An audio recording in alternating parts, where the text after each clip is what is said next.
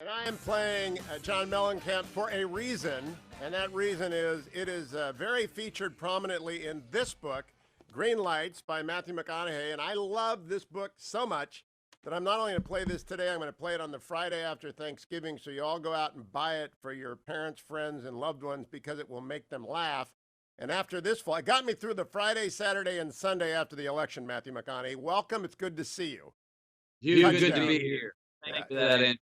That's Greenlights is a heck of a book, and I want to start with a laugh out loud moment because I was reading it, and my wife, who is on the air, referred to as the fetching Mrs. Hewitt, asked, "What are you laughing at so hard?" And it's the Dooleys. It's Norvell, Marjorie, and Michael. And I said, "You're going to have to read it." And then when she read it, she started laughing when Connor Harrington.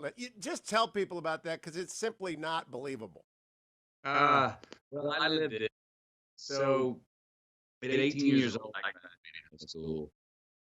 In my family, discipline bringing, but 18, reins were off. Parents would say, "Look, yeah, you're done." So, graduated high school. I'm catching a lot. I've got my curfew, a job, $40 back pocket, capping off, holes in one part. I'm taking go across town. Car that's for. I've made straight A, happy, everything's. I decided I'm going to exchange student. 2 weeks out of high school. I'm going to live outskirts of Sydney. Great. To pick rocks, sunny beaches, element fears. Let's go. Well, when I meet the town that is hosting me, that was on the outskirts of the city. Well, them 3 hours outside of the city, very small population, 3 on the outskirts of that small house, where they meant by the city. My life came small. I had no one to rely on. I had a conversation with a job. I didn't have my golf, have my freedom. I had a curfew. It was a real year of finding my very awkward things. And I lost my mind, which I'm sure is a lot of it left out, which is very worthy of that. But I had promised myself that I was out the entire year, how hard it was, and not trying. And I did stick out. And I talked a few times, which is you can convince. Check it out here. And that's when I really, Ernest over there, I wouldn't be here. Have had that tough. Well, when they told you at the end of the year, when you left the Dooleys and moved in with Connor Harrington at the end of the year, he told you that they knew all along they were crazier than a Mad Hatter. Now I'm wary of Australians everywhere. I just honestly, if they would let you endure that for 6 months or 7 months without telling you that they all knew the family was a little around the bend, I think that's amazing. Rob Blinder is your friend who wrote you when you were in Australia, and then he also got you to go to film school. He appears twice in the book. What happened to Rob? Is he still in your life? Because at a couple of key moments, he wanders in and saves you. Absolutely. Rob is a filmmaker and now works Salesforce. Part of making their ads for the campaign. Mark Benioff, CEO. We've talked about. I talked to Rob. He wrote me yesterday. Oh wow! So we contact through our life. That is true. The other guy who shows up twice that piqued my curiosity is Brother Christian. Now you go out to the monastery in the desert in New Mexico and find yourself, and then Brother Christian goes away for about 30 or 20 years, and he shows up at your wedding. So I assume that in between the time that you were at the monastery in the desert and the time he married you, that you were still in touch with Brother Christian. Absolutely. Yeah, I'd a few other out there that is taking my there, some hopefully as well. Beautiful thing. And then he and I contact to LA, meet with him there. He came to Texas that I went to. We stayed in contact. It's a wonderful picture of a reception and a welcome that I think people will enjoy. It's funny as hell at parts. It's also so full of gratitude, I had to scrape it off my shoes. I mean, you're grateful to a whole host of people. I'm going to mention them in a second, but here's what my puzzler is. You mentioned your favorite Bible verse back in the book. And by the way, Greenlights is beautifully put together. I normally read books online, and I had to go get this because it's actually in the layout that you get some of the book, right? That's different from, I normally tell people to buy an iBook or to listen to it. They actually have to see this. It's a visual book as well as a literary book. Yeah, the art direction laid it out. I wanted it to be, and I love font, so I write a lot and have drawing, and there's also a better view, journal to look at. Yeah. Yeah, it worked very well. Now, Matthew 6:22 pops up on page 239. You say it's your favorite verse in the scripture. Now, I have been going to Catholic school for 12 years, and I am married to a Presbyterian, so I get it both ways. I get it twice a weekend. I had never read or heard or focused on Matthew 6:22, so I look it up. If thine eye be single, thy whole body will be full of sight. And I said, what the hell's that mean? And so I spend an hour for this interview trying to figure out what that means. And it turns out it's one of the more controversial lines in the New Testament with a whole bunch of different interpretations about it. Why is it so important to you? So important to me because it's if the eye be, thy whole body will be full of light. We often see the contradiction. The future have all kinds of things. We see contradictions, and I found in the verses about true where those two, that third eye is not a shade of time. It's actually the presence of the white light, all the colors. And so it's helped me. Eye keeps me from being two eyes. You do have obvious judgment. The two do not unite. Third eye is where they laugh, and you go, I understand the truth. Both are true. And oftentimes, and all this today, especially today, we go, no, this, that's it. No, that's not true. Actually, it's this and that.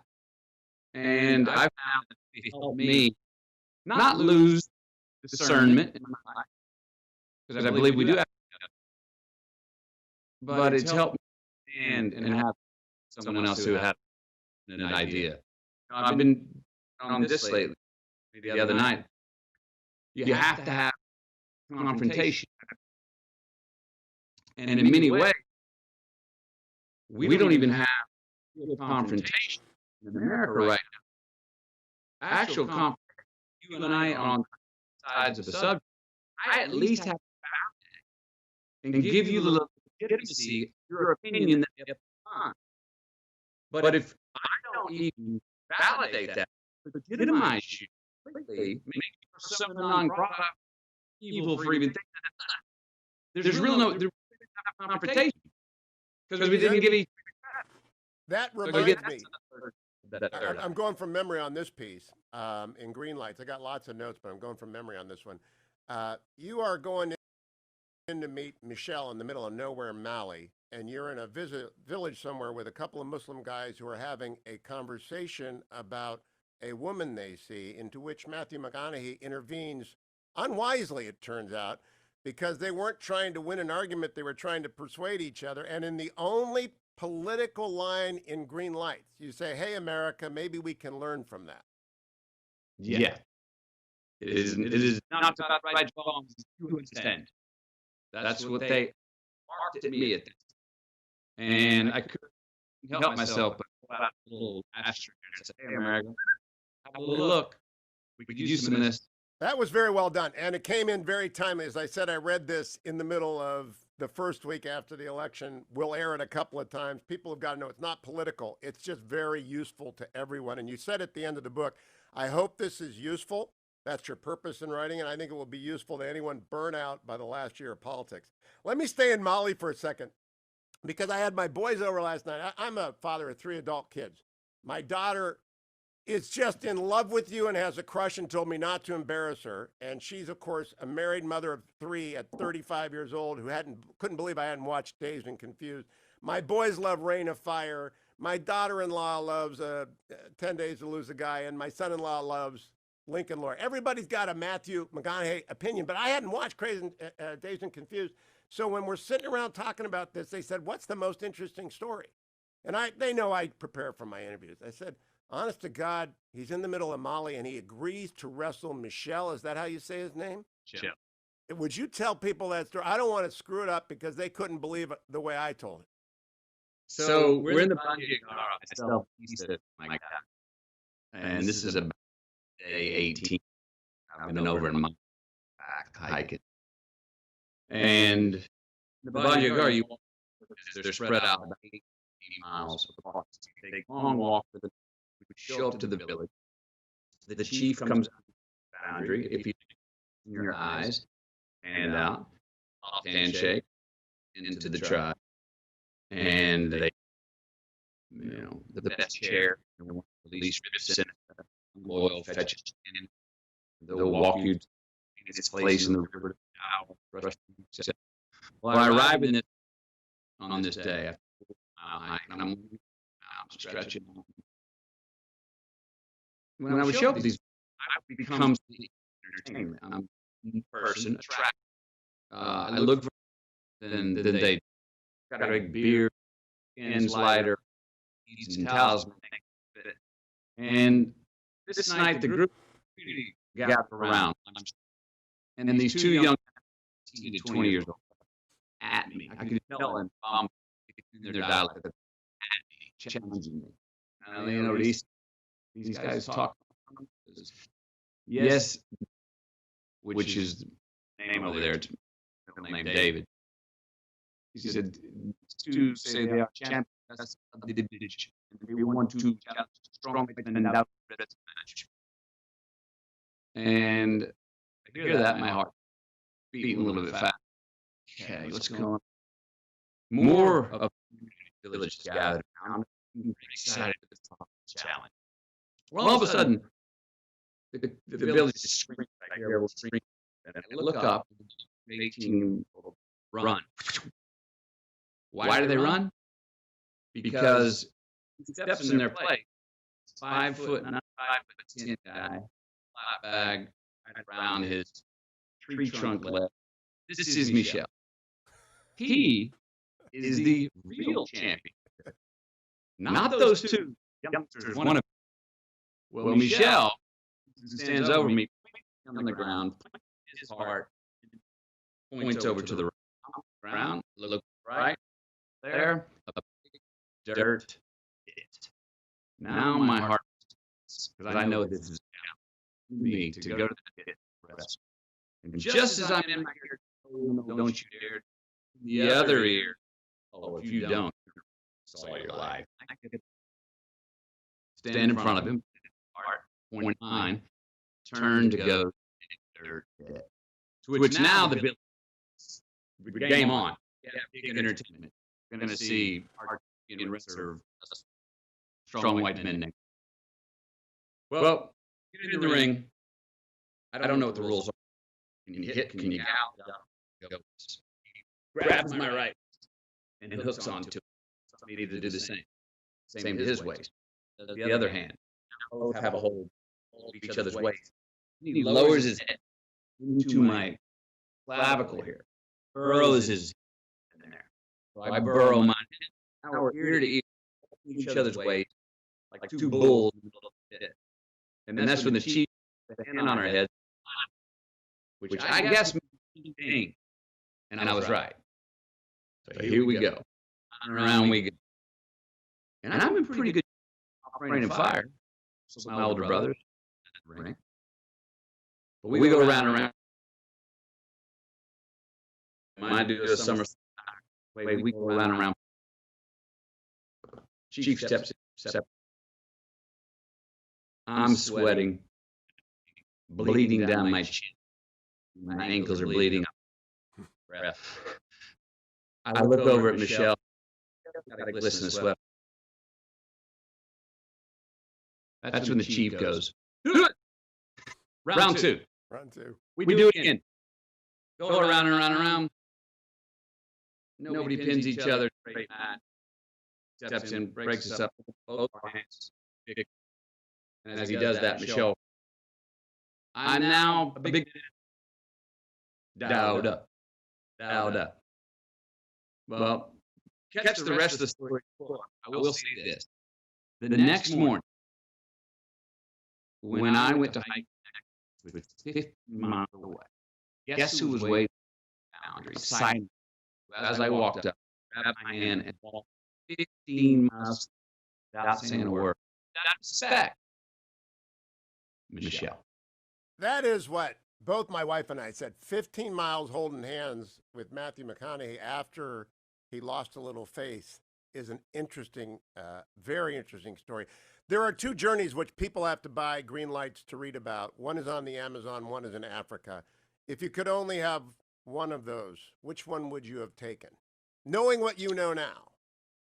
Well, so the Amazon connected now linked to me, who's now my wife.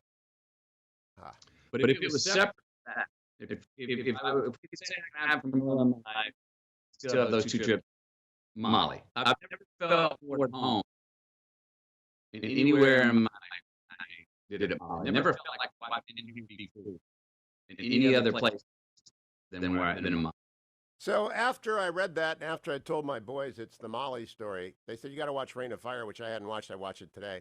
And I saw what you look like. You know, that's supposed to occur in 2020. I don't know if you remember your own movie. That Rain of Fire is supposed to happen in 2020. Yeah.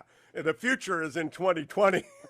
So I just saw that today. So I know that. And I said, well, what the heck? That's a timely thing. I want to talk about the Austin incident. I don't want to tell anyone about the Austin incident because I didn't know it. I guess Matthew McConaughey junkies know it. But I love the guy in tats who tells you, we're all innocent in here, and believe me, you want to put on those pants. Now, that sets up, no one knows what that means, but do you have any idea who he is or where he, did you ever touch base with him again? No, I didn't touch base with him again, but if it's out there listening, thank you. You were right. I did. Yeah, I did.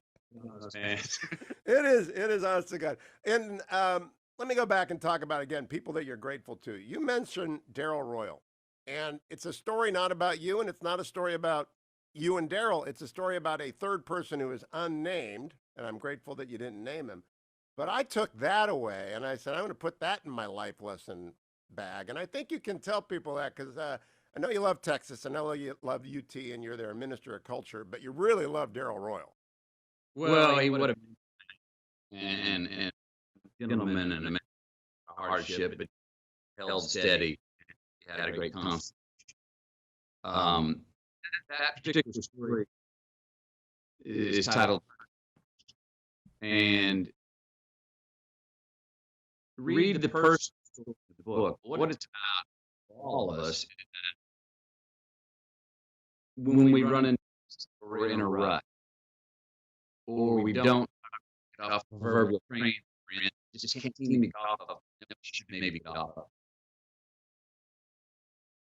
It's up to us. Hey, time to turn the page. New chapter. It's the same. We all have one our life. It's time for a new page.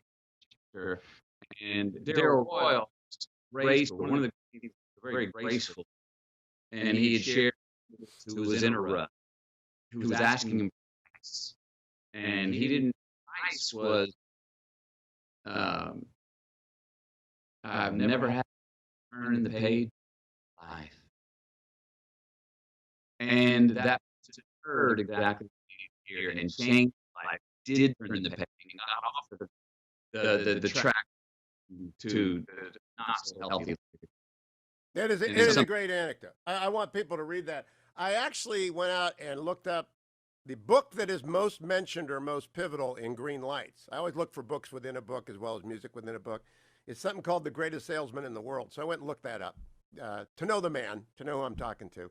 And turns out there are 10 scrolls in there. And the 10th scroll is pray to God for guidance.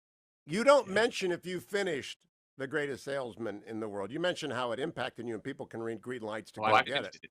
And so, number 10, did you meditate on that for as many days as it suggested? 100%. I've done the book. Takes 10 months to read. 10 scrolls. Oh, you have to read 3 times a day, 30 days. Next scroll. I've done that journey of the book full on without missing a day twice. Wow. That's not in the book. That's news. Yeah, no, that's not. I still have that book on me. Don't make up because dogs have eaten them, rained on the paper, thin they fell out. I've done that twice. And as you know, it's not rocket. No, it's not.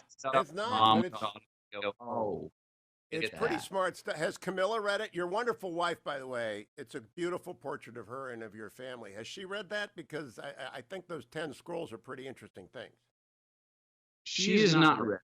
I started to read it aloud to my children. Oh. And the eldest started to hook into it. The daughter was 10, a little bit of it, 7 really wasn't happening. So I paused until 7-year-old, old enough to be able to, but I'm very close to my eldest son for himself. It's a little tough to say, 10-month journey today with this, have that sort of responsibility and accountability. But I've introduced to the different roles. I've introduced Miller. Not the book yet. They all know what those titles are. Yeah. Matthew, every actor I've asked interviewed at length about a book, whether it's Julie Andrews or Dreyfuss, and that was really one of the best interviews. We went 3 hours and ran out of tape in the days when we did tape. I've asked them if they let their children watch their movies. And have your children seen Dazed and Confused yet? No. Okay, good. Good. Any film my children see. That's why I had to go make Kubo with 2 strings. Like, kids are like, what do they? They know does this stuff. They have. What are they going to do? Watch? Oh, no, when my daughter was in rebellion against me because I never watched Dazed and Confused, and I did, I said, I lived that movie. I'm a graduate of high school in '74, so I don't need to see it, but you got the hair right. And I knew, I wasn't Wooderson, but I knew Wooderson. Let me ask you now about your family, because it's the most complicated part. It's all through your book. And I love Rooster and Pat and your mom. Your dad is an ambiguous character to me, though you love him without reservation. He is an 100%. ambiguous character to me because I would be worried about any boy. I'm the youngest of 3 boys, and I would be worried about any father who had one of their sons so scared as your brother was that he said to his golf coach at Mississippi State, if you tell my dad about so-and-so, I'll kill you. And you meant to convey that he was serious, right? Oh, he was serious. So your dad had fear in you guys. I mean, they had lots of love. So he would be very proud of this book because you've accurately presented him. But what do you think of his child rearing tactics? I know what you say in the book, but explain to people. Sure. You know, my dad's generation, things we handled screwed up. Discipline, there was corporal punishment, there was grounding. That said, we're not going to say your time, and that people ask kind of at the point. So it was quick, bend over, felt, it's over, we don't about it. I don't choose practice trying to instill same values my dad tried to instill in me with my kids. I go about it very differently. But this is one of my favorite when I look back at my dad's discipline. I got my first whooping for not answering. My second for saying to my brother. My third for saying can't instead of saying I'm in trouble. And my fourth. Now I remember the whoops on the. But what I do remember is going, oh, it's to your name. Love, don't hate. You could be having trouble in life, but don't ever. And tell the truth. there were values instilled in me all for those butt whoopings. Now, I don't choose to instill those values in butt whooping, but I sure do choose those values in my children. That comes through. I mean, the love in your family is palpable. That is not palpable in a lot of families where there's corporal punishment. In fact, the love for your mom is as multifaceted as we all have for parents as we get older. Is she still healthy through the COVID? Is she doing well? She's 88. Right. Still goes to the bathroom to get the before. As long as she's got in the cold glass Kindle taxes at 6 p.m., easy.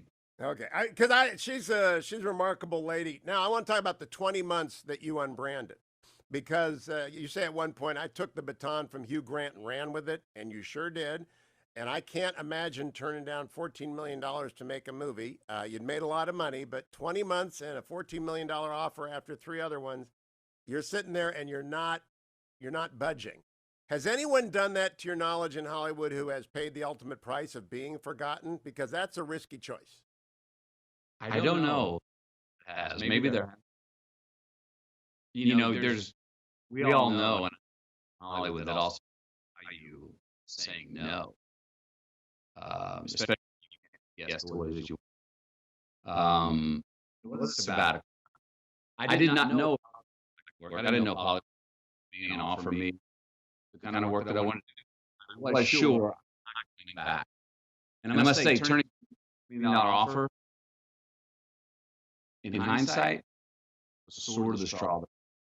Meaning, Hollywood across the news got around, and then they went, "Oh, McConaughey's not. He's really not good again right now." And then nothing came after that. And then when things went away, it was all it's an avalanche. It's an avalanche. Now, my favorite McConaughey movie is Mud, and it's even more favorite now because I now know about your 9-year-old adventure with the tree fort. And by the way, that is the best part about the way your parents raise kids is they didn't know you were doing that. And if they did, they didn't stop you from doing that. You want to give people a quick glimpse of the best summer of your life at 9 years old? I can't even pronounce the name of Texas. What's the name of that city? Uvalde? Longview, Texas. So I was living in Longview from Valley, the big oil boom. So we get there. My dad and I were in a trailer church town. Mom was just dad. I thought Mom was taking vacation. Now, 15 years later, found out back in the middle of the second divorce because they were married 3 times. So Dad and I, and I would spend my days with my Daisy BB gun, messing around. I came across a lot of piney trees, a couple of piney woods, and there was this one ponderosa pine, huge white pine, middle of all these other, perfect for a tree. Well, I also through the woods when this wire weeds and vines trespassing. On the other side of that was a lumber yard. So, the bright idea: people are working. There's got a couple John Deere's and day. But if I sneak at night and go to that fence, clip the wire, under wood, I can try to base that big pine where I can build a tree. So for a month, at night, slowly wood and dragged it to the tree. Once I had enough, I then started sleeping through the night, wake up in the morning, work, and I'd start building 13 stories over the next 2 weeks. And nobody knew, only me. Dad, friends, nothing. And that was the coolest moment of it. Well, I can't even imagine what the interior looked like, but I do imagine a boy on top of his fort looking at Longview many miles away and feeling pretty damn self-satisfied with himself. I want to do 2 more things, Matthew, and I want to be respectful of your time. One is to ask you about Jim Kelly, Bills quarterback. I have a thing about John Elway because he beat my Browns in 1987 in the drive, and it left a scar. Jim Kelly didn't beat your team. He lost to your team. But in so doing in Las Vegas, you had made 7 bets. And You lost every one. I mean, that's a hell of a story. And have you ever met Jim Kelly? Does he know he ruined you at one point? I don't think I've met Jim Kelly. No, I'm not the only one in the world that lost the bet on the Super Bowl ticket over the Cowboys. Yeah, like I said, every dollar we had the night before my brother and I checked. We waited every intent you could make, just $100 for people. Oh, we lost, as everyone knows. Which, as I our go ahead into that. The cabbie too.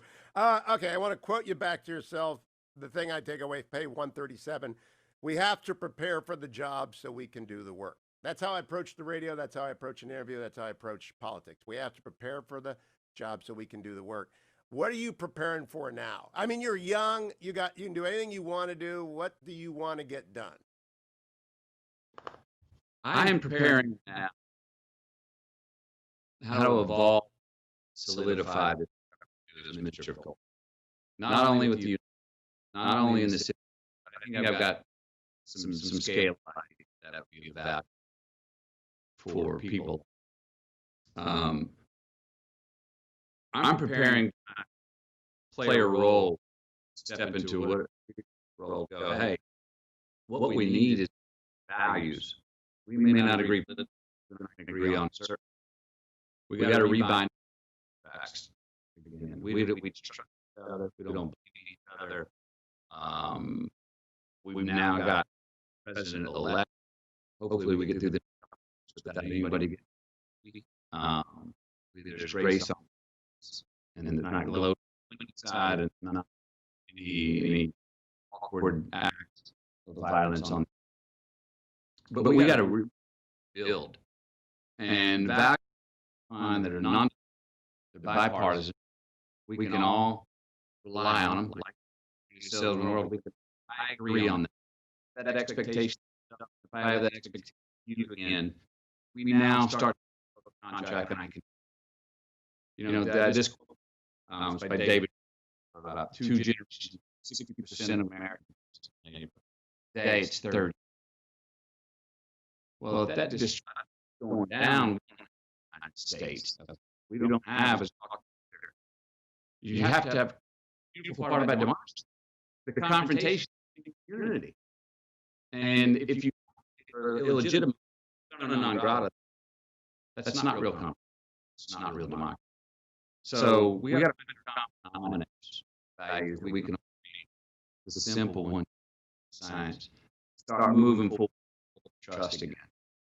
That is a great ambition. I'll close by asking, how does the church play into that, Matthew? You're obviously a man of faith, and you hint at it. I don't want to probe too much, but how does the church play into that binding up of people's arguments? Sure. Well, this as a prescription list of words.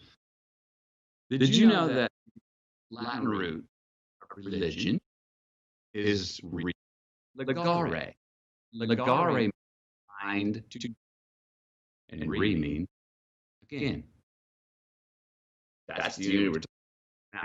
Now, has religion sort of been bashed that way, and that it becomes an area of things? But the real root of religion, I think we can all, whatever you believe. On that great note, I recommend everyone Greenlights, and your family and friends will love it for Christmas. We're going to play this again on the Friday after Thanksgiving. Matthew, thank you for being generous with your time. You're doing the work on selling the book, and I appreciate your spending it with me. Love talking to you. To catch it in for our fail. There you go. Be well.